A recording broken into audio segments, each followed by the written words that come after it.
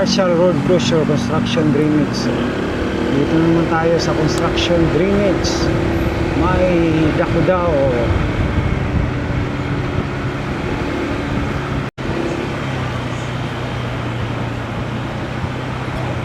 So ayan, no? So ito po yung ina-update nating project, no? So galing dito itong barricade nila dito po nagsisimula yung project, box culvert hanggang papunta po sa unahan. So update natin, ito na po yung natapos nila, oh. Talagang napakatibay nito, dito basta-basta kasi yung mga bakal dito malalaki. Medyo dati ito ano pa yun, gulong-gulo ito, ngayon na talagang smooth na.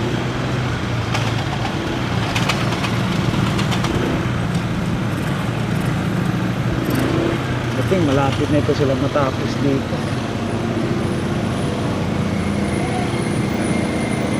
Ayan. So doon tayo dadaan sa kabila, no?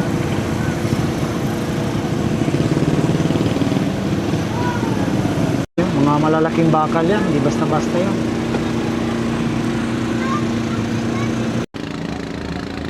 So ayan, oh, nandito na tayo, ayan. So mahaba-haba na talaga yung natapos nila. Siguro mga 1 buwan na lang ito, itong project na ito. So ito na yung natapos nila. Ma-open na rin ito ng public, no, by July, August siguro, no, if matapos ng July.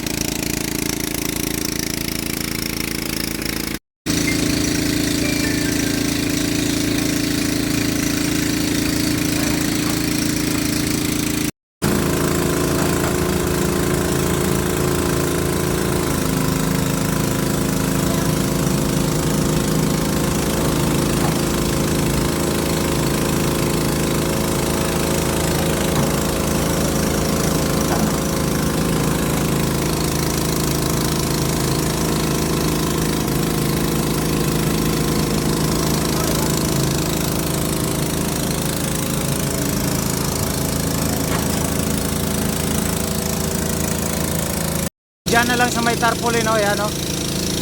Ayan. Nasa galing dito sa Inuukay, nasa mga 15 meters, 10 meters to 15 meters diyan sa Hukay, papunta doon. Ayan, no?